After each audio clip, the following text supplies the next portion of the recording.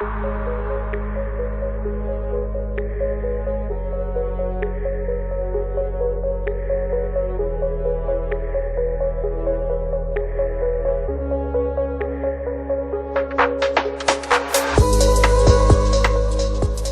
and welcome to the latest edition of 10 Minutes On. This is the short-form podcast that I produce each week, where I look behind the main headlines to explore some of the stories and dynamics behind them. I'm Guy Burton, the creator and host of this podcast. As always, I welcome your feedback, comments and suggestions. You can reach me through my website at www.guyburton.net or via my social media channels on Blue Sky and LinkedIn. And if you enjoy the episode, please do share it with friends, family or colleagues. Anyone you think might find the topic interesting. Leaving a review or a like on your podcast platform of choice also helps the program reach a wider audience, thanks to the mysterious workings of the platform algorithms. Now this week, I want to return to the subject of the war involving Iran.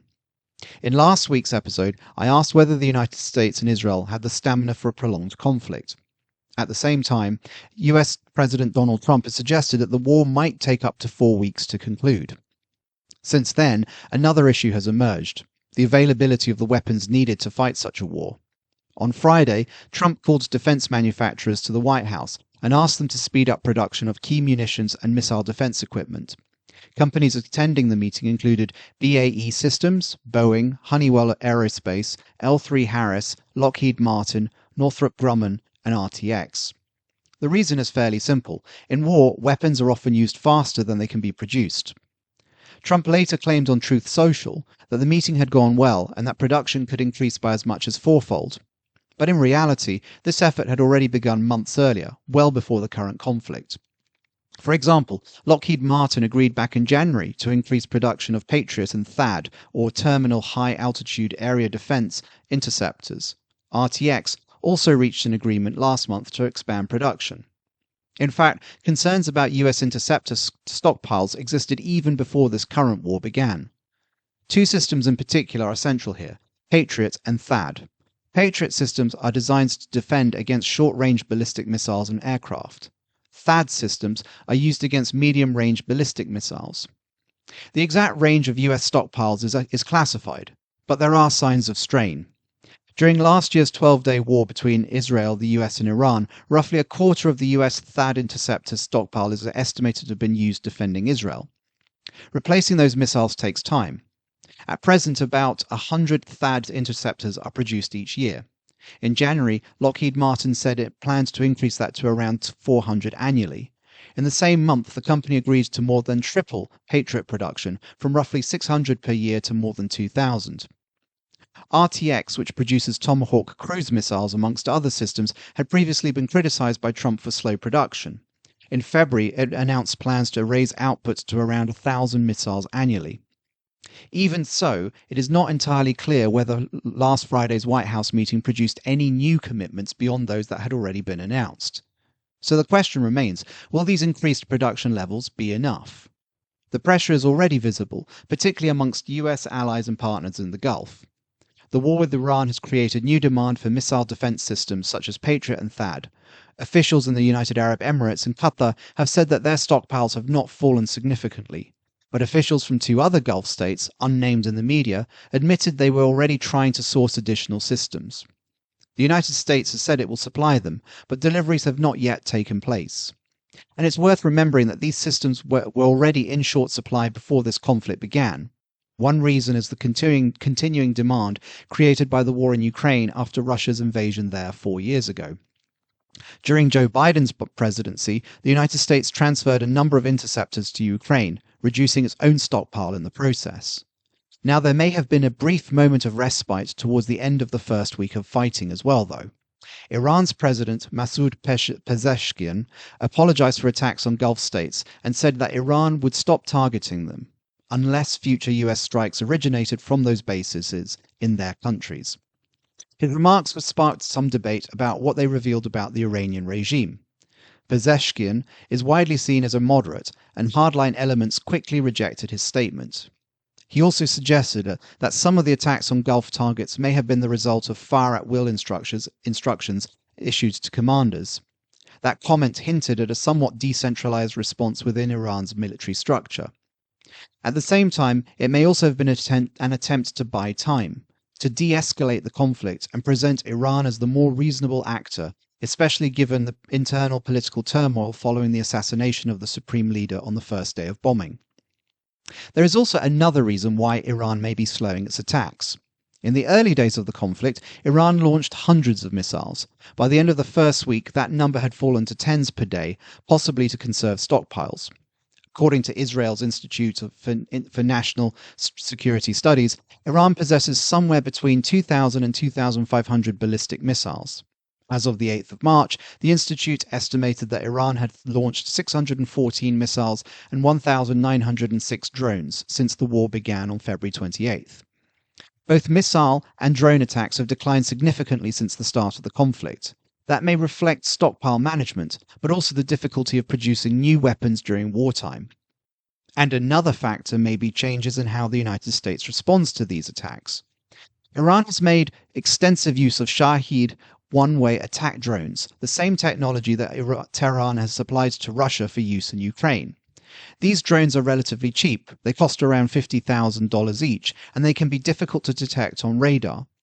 Traditional interceptor missiles were not designed to deal with large numbers of such drones. As a result, the United States has begun using a system developed by the American company Perennial Autonomy called MEROX. It can be launched from the back of a pickup truck and essentially sends drones to intercept other drones. This creates a more balanced cost equation using cheaper technology to counter relatively inexpensive weapons. There is also a certain irony here. The Trump administration has reportedly sought advice from Ukraine on how to counter drone warfare, given Ukraine's experience of defending itself against Russian attacks. And that stands in contrast to Trump's earlier stance on the Ukraine war, where he was often perceived as more sympathetic to Russian demands and has reduced US assistance to Kiev. Meanwhile, the United States and Israel still maintain air superiority over Iran. According to the Institute for National Security Studies, there have been roughly 6,400 strikes by Israel and the United States against Iranian targets since the war began. Around 300 targeted missile launchers, 200 struck air defense systems, and 150 hit ballistic missile launchers. Early in the conflict, the US relied heavily on Tomahawk cruise missiles, though it has since shifted towards cheaper munitions. Tomahawks were also used in last year's 12-day war against Iranian nuclear facilities. Even so, air power alone cannot eliminate Iran's weapons stockpiles. Iran is a vast country, roughly 3 times the size of France, and air campaigns are never perfectly precise. Mobile weapon systems can be moved and hidden. And recent conflicts offer some similar examples. Israel was unable to completely eliminate Hamas after 2 years of bombing Gaza, and the United States failed to stop the Houthis launching attacks from Yemen even after a year of airstrikes there. So as Iran reduces its own direct attacks, it may rely more heavily on allies and proxies forces for its assistance. One of the most important of these is Hezbollah in Lebanon. According to the Institute for National Security Studies, Hezbollah possesses around 25,000 rockets and missiles. Israel has already expanded operations against Hezbollah targets. By the 8th of March, Israel had carried out about 600 strikes against Hezbollah positions, including 70 against weapons depot. All of this places further pressure on US munitions. The United States possesses the largest conventional weapons stockpiles in the world, but defending against missiles and drones requires expensive precision-guided interceptors. A Patriot interceptor, for example, costs more than $4 million, and only about 700 are produced each year. Tomahawk missiles cost around $2 million each, and the US buys fewer than 60 annually. The United States itself is estimated to have around 1,600 Patriot interceptors, though some of these have already been used, as I've said. Analysts have already raised concerns about the rate at which the United States is consuming its munitions. Early estimates suggest that the US war effort is costing roughly $1 billion per day. The more interceptors used now, the fewer remain to be used later. And as Tom Carapo, a senior fellow at the Center for Strategic and International Studies in Washington, has pointed out, every Tomahawk used against Iran is one that cannot be used elsewhere, for example in a potential conflict in Asia. And you can be certain that US rivals are paying close attention. China and Russia will be watching the impact of this war on American stockpiles very carefully. The longer the conflict continues, the more it could weaken the United States' ability to project power in other regions. There are also reports that China has been supplying Iran with both offensive and defensive weapons. These include surface-to-air missiles to strengthen Iran's air defenses after last year's 12-day war, as well as loitering kamikaze drones designed to counter Western air attacks. Iran previously acquired some of these systems from Russia, but Moscow's own war in Ukraine has limited its ability to supply them.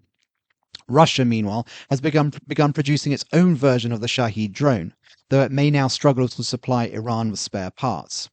At the same time, reports are suggesting that Moscow is providing intelligence about US troop locations, even if it is not directly participating in Iran's war. And beyond military stockpiles, there is also the question of cost. US defense spending has risen significantly over time. After declining at the end of the Cold War, it surged following 9/11 and the so-called global war on terror, including the invasions of Iraq and Afghanistan. Spending rose from $521 billion in 2000 to $990 billion in 2011, before falling to $740 billion in 2017. In December, Donald Trump increased the defense budget to $901 billion for 2026, and he's already proposed raising it by more than 50% in 2027 to roughly $1.5 trillion. And also, in the past week alone, the Pentagon has reportedly requested an additional $50 billion from Congress simply to replenish munitions stockpiles. This raises broader economic concerns. US public debt now stands at around 125% of GDP, while economic growth has averaged roughly 2% annually over the last decade. The International Monetary Fund expects the US budget deficit to exceed 6% of GDP this year.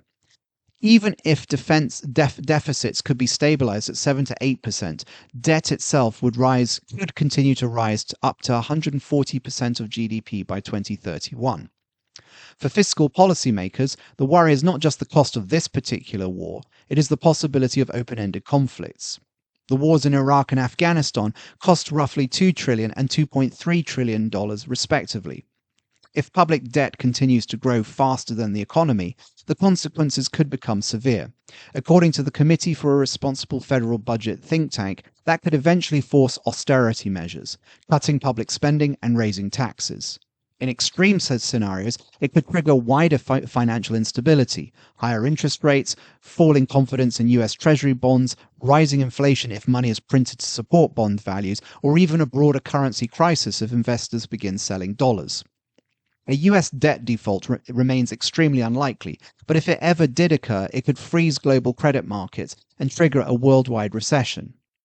Of course, the war with Iran alone will not determine the fate of the US economy, but it certainly adds to the pressure. So after the first week of this war, several things, I think, are clear. First, there is still uncertainty about how long the conflict might last. That uncertainty is linked to a lack of clarity about US objectives. Is the goal to eliminate Iran's nuclear program or the regime itself? Second, Iran's widening of the conflict across the Middle East is placing real pressure on American interceptor stockpiles and on the security of US allies. Third, the geopolitical alignments are becoming increasingly unusual. Despite Trump reaching out to Russia and distancing himself from Ukraine last year, the situation is now reversed, with the US seeking advice from Ukraine and facing Russia's sharing of intelligence about US positions to Iran. And finally, the financial cost of war continues to grow, as governments like Trump's push defense companies to accelerate production of missiles and interceptors. If history tells us anything, it is that wars rarely unfold according to plan. Once conflict begins, it tends to expand in ways that few anticipated. The repercussions will not be limited to the countries directly involved. Allies, partners, and rivals alike will all feel the effects. So that's that for this week. I hope you found that interesting, and thank you for listening. I hope you found that the episode was informative, and as ever, I'd be very interested to hear your thoughts, what you liked and what you didn't, and what topics you would like me to cover in future episodes. You can contact me through Blue Sky or LinkedIn, or via my website at www.guyburton.net. I'll be back again next week with another episode of 10 Minutes On, where we'll once again take a closer look at what's happening in the world. Until then, have a good week, and goodbye.